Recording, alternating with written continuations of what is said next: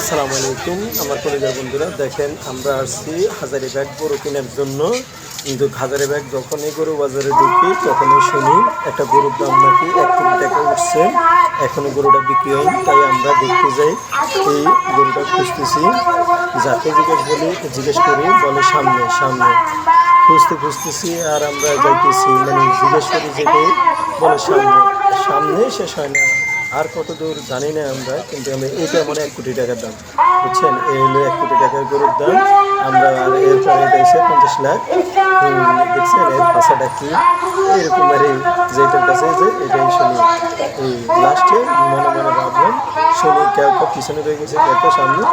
আমরা লাস্ট আপনাদেরকে যেটা দেখাইছি মানে ওইটার দামে 1 কোটি টাকা। ওটাও তো না করলে 2-4-500 মানুষ টাকাতে পারবে, এটাই বুঝছেন। আর কিন্তু এখানে অনেক গরু উঠছে, এখনো সময় আছে আরও বাকি। হাজারিবাগ তো বিশাল একটা বাজার, তবে ইন্ডিয়ান গরু একদম কম। সব মহিফালের, সব বাংলাদেশের পালিত গরু বেশিরভাগ কি 80%, মানে 80% গরু এই বাংলাদেশ পালিত। ইন্ডিয়ান গরু একদম নয়, বলতে নাই বলে হয়। মানে 100-র মধ্যে মনে হয় 2টা 3টা 5টা এর বেশি নেই। তাও মানে একদম ছোটোগুলা, বেশি বড় গরু নাই। এই আমরা ইনশাল্লাহ আপনাদেরকে দেখানোর চেষ্টা করতেছি, আর আপনারা সবাই চলে আসবেন।